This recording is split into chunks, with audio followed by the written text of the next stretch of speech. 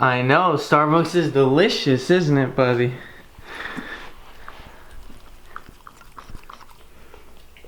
Always gotta take care of the fam.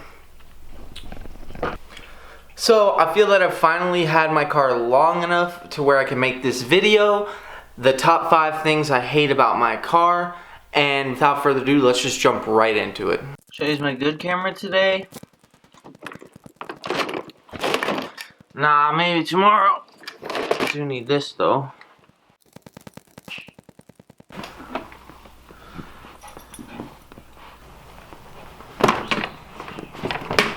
Ah! Starbucks broke my dog, so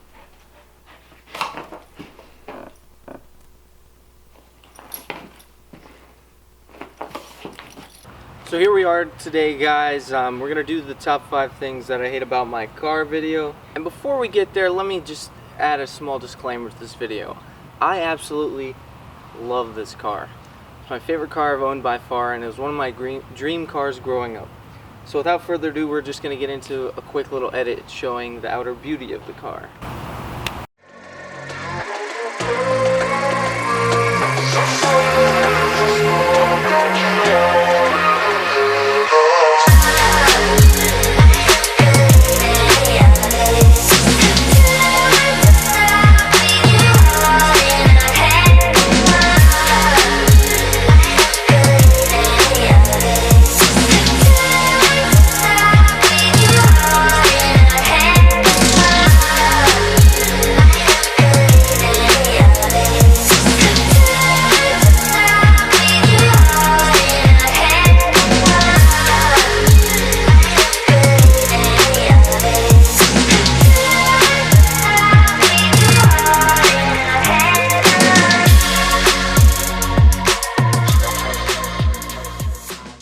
Like I was saying, I really love this car. It's fast. Dude,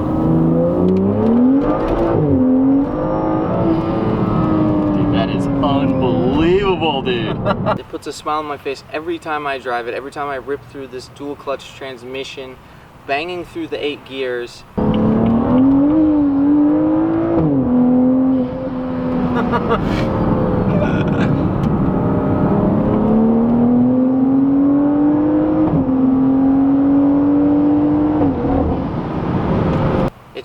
I can't help but smile and think of how far I've come from the cars that I've had before this, and their speed and performance, and overall just the level of car that this is. So let's get right into it. The biggest thing that I don't like about this car is the fact that it comes from the factory stock with run flats, and there's no option to run standard tires.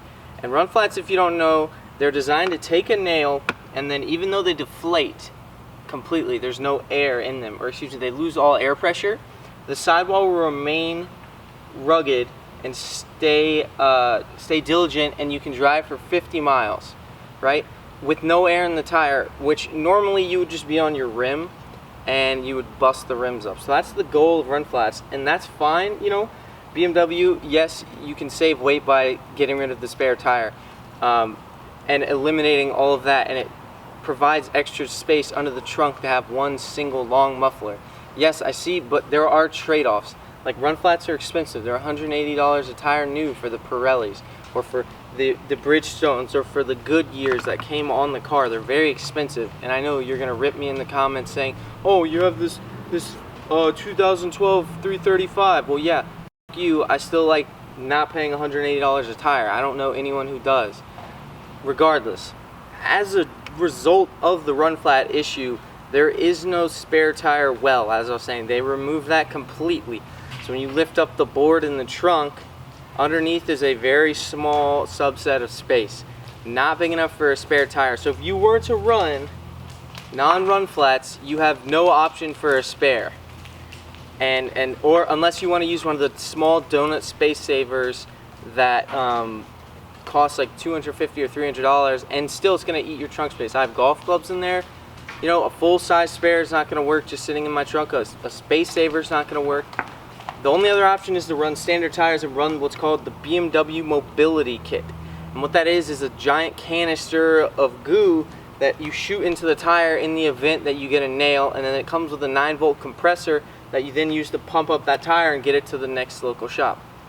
That sounds fucking awful.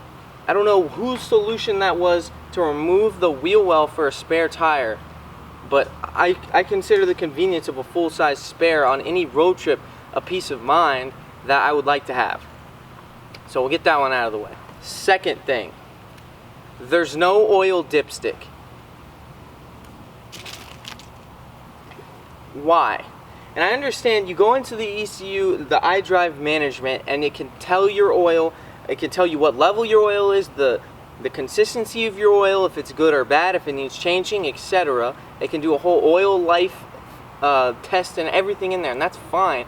But I like the fact of a simple mechanical redundancy. I would like to check the oil, feel it, and look at it with my hands and my own two eyes. Not just completely trust it up to the ECU, because what if that sensor goes faulty and you say, oh, well, there's backup checks, you'll get a check engine light for that sensor going faulty. Well, what if the sensor for the sensor going faulty is out as well? So I just like the idea of a simple mechanical redundancy, and all you do is pull the stick out and put it back in. It's not that difficult.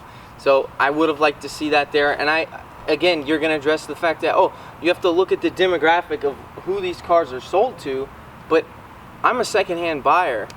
That doesn't matter. I feel like you should still include a simple oil dipstick.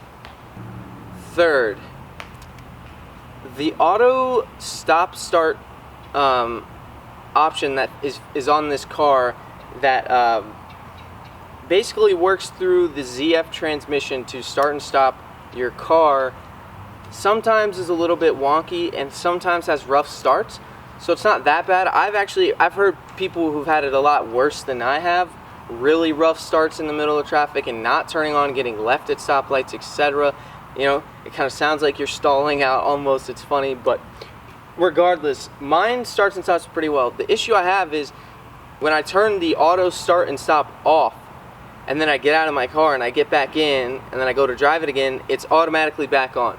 And to enable a setting in the computer's ECU that would allow it to do the last user mode set, I would have to go to the dealer to have that feature turned on. So for that fact alone, I don't like it. I don't like the fact that I have to go to the dealer to get a feature turned on in my ECU that I couldn't go simply into iDrive and turn on myself. That's kind of inconvenient, and I don't like dealing with the dealership anyways, unless I have to get a part that's very specific and hard to source without their help. 4, and these last 2 out of 5 are generally more small quibbles than really big, I don't like this feature. So whenever I plug my iPhone into the Apple Music compatible radio that's standard on the BMW, it immediately prompts me with a warning on my phone that says, warning, be aware of all your surroundings and don't use this while driving, blah blah blah. And you hit dismiss, and it's the second you plug it in, it starts playing music and it prompts you with this warning. And then once you click dismiss, it automatically disconnects my iPhone, even though it says Edward's iPhone and it shows Spotify underneath. It disconnects it, and then I have to use the iDrive system. It's already on media, the media tab. I just press it again and it reconnects, right? The second that it reconnects, it stops my Spotify song and immediately goes to Apple Music to play the first song that I have in my Apple library. That song being some random classical song that's just by alphabetic denotation happens to be the top of the list every single time. So it kind of pisses me off that it goes through this. It's like 3 steps I have to do. I can't just plug and turn it on and leave it. I have to do 3 or 4 steps every time I get in the car to play Spotify. So it's kind of annoying. That's exactly what it is. It's annoying. It's not like, it's annoying. 5, I generally don't like some of the quality of the plastic pieces, tubes, vacuums, fittings, bits, vacuum tubes, excuse me. Just the general plastic. Oh my God, it's raining acorns. I don't like the subpar quality of those plastic pieces that BMW uses in support of its main engine components. For instance, connected to the intercooler in the charge piping system, all of that is pretty much made with plastic. Like, the charge piping that goes to the throttle body is made of plastic and is one of the most prone things to blow up. And if you look back on my channel, you see I've already blown mine up and replaced it with the FTP Motorsports aluminum one, the aluminum charge pipe. And it's one of the first things to go. Even on stock cars, it's a known problem. And so I'm not labeling that as the fifth thing that I don't like. I'm labeling all of those, and there was another tube that broke, a lower inlet tube that connected to the front of the turbo that ripped off, sheared off when I was installing my intake. And I've had 2 of those happen, and just in general, on my E46, just a general BMW thing is crappy plastic hosing in a $60,000 car. This car optioned out, cost $60,000, and was sold in March of 2012 for $60,000. And they're using plastic bits like that in support of the engine. It doesn't make sense to me. But as I've said, the cons on this car, the 5 things I've really outlined, don't even come close to outweighing all the pros in this car. And I'm gonna make a video about all the things I do like on this car, because there are a ton, but stay tuned for that. So feel free to like, comment, and subscribe to my channel, and comment down below if you do disagree with some of the 5 things, or if there's something I didn't know or miss, or one of your biggest gripes, because I do comment back to pretty much every single thing on the channel. So feel free to hit that comment button and let me know what you think, because I do appreciate the feedback from you guys. And but yeah, stay tuned for more content, guys. Appreciate it. Boosty out. That was such a just stupid outro. It was so stupid.